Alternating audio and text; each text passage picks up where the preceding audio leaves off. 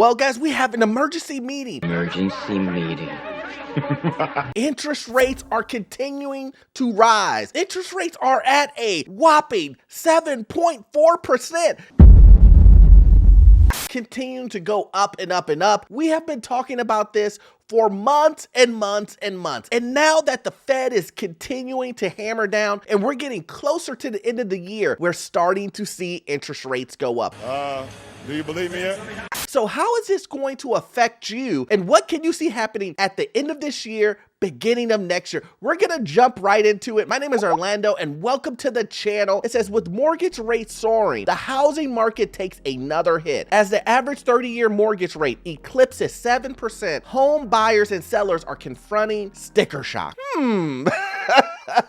Sticker shock? Huh. Well, listen, there has been sticker shock happening for the last 6 to 8 months to almost a year, guys. Remember 6 months ago when housing prices were the highest that they've ever been? And now we're starting to see it trickle down now when you're seeing price cuts at 10, 20, 30%. So I say it's about time that we get the housing market back on a normal pace, an affordable pace for individuals like you that are looking for a home, right? Interest rates for the most common home loan in the United States surpassed 7% this week by one measure, the latest signal that the high-flying housing market is falling back to earth. Well, I mean, we need this, guys, right? We wanted this. Remember, we've been talking about this for months and months and months about interest rates have to go up to push down demand. And why do we want this, guys? To make housing more affordable so that you can get into a house so you don't have to overpay $50,000 to $100,000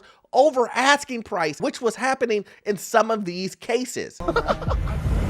According to Mortgage News Daily, a popular industry gauge, the average 30-year fixed mortgage reached 7.8% on Tuesday. Another survey said that the Mortgage Bankers Association showed rates averaging 6.52%, the highest reading since mid-2008. Ouch! We're getting there, guys. We've been talking about this. I believe at a minimum, we're going to get to 8%. And by the looks of it, my prediction that I've been saying for 8, 6, 7 months ago is going to happen, guys. Before we even have to guess or figure out where the rates are, let's just take a look to see exactly where rates are. So if you take a look at the 30-year fixed mortgage, right now we're at 7.49%. And then we have the 30-year fixed FHA loan, which most people are going to go after. And that is 7.2%, guys. And then the 30-year fixed VA. Guys, VA is normally the lowest when it comes to interest rates, and we're at 7.292%, almost 7.3. You might as well say 7.3 for the FHA and the VA. This is unheard of. But I do just want to let you guys know that it's going to get higher. You have to realize that. You have to understand it's going to get worse before it gets better. Now, why is this so important? This is important because we have been talking about not overpaying. We've been talking about sitting on the sidelines and waiting to see exactly what's going to happen in this housing market. And you're starting to see the red flags, guys. Red flag, come up and show you, hey, look, interest rates are going in a direction that we said that they were. Look, everything is still expensive. And look, also on top of that, housing prices, even though that they're coming down, they're still high. So what is that telling you? That tells you that we have further and further to go, guys. I would not even touch a house right now, especially as we're going to the winter months. Ew. We know winter months are stale for the housing market, so we're going to only see prices drop further. We're going to see sellers take houses off the market, and then when the beginning of the year happens, when everything reignites, we're going to start seeing how much everyone has in their savings account, how much sellers really want to get rid of properties. And we have two more rate increases that the Fed, who knows what they're going to do. Let's hope that they raise it 100 basis points.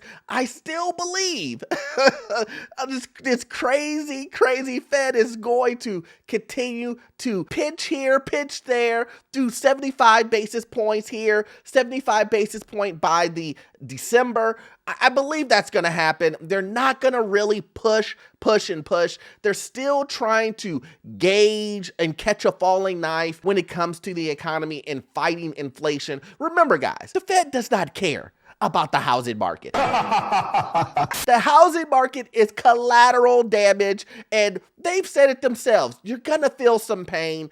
Get ready. So when the Fed tells you, hey, get ready, put on your seatbelt, you're gonna feel a lot of pain in the housing market. You gotta trust them on this. They're letting you know exactly what's gonna happen. But I'm here to decipher it for you and let you know, don't buy a house right now. You're only gonna put yourself in a situation that I think you're going to regret. Assuming a 10% down payment, a home listed at the national median asking price of $435,000 in August 2022 costs nearly $1,000 more each month more than it did in August 2021, when the average mortgage rate was 2.88% and the median home price was about 14% lower. Now, guys, when you look at the numbers, it really tells you a story. Look at this rate, 2.88%. And right now we're at 7.4%, basically 7.5%, guys. Remember, this was 6 months ago, 7 months ago, guys. This was the beginning of the year, guys. The beginning of the year that we were just at 2.88%, and now we're at 7.5. If this doesn't tell you where we're going, maybe that government organization that normally lags 18 months will finally jump on board and say, you got a point, Orlando. We are in a recession. But guys, on a serious note, honestly, the red flags that are showing you right now are telling you that it's going to continue to get worse. And I just want to let you guys know that it's going to continue to get worse. But as I always say, if you have to buy a house right now, do what you have to do for you and your family. There is no judgment here. But for the majority of people who are looking to get into a house, but are on the fence and thinking, should I rent? Should I buy? Should I rent? Should I buy? I'm a rent.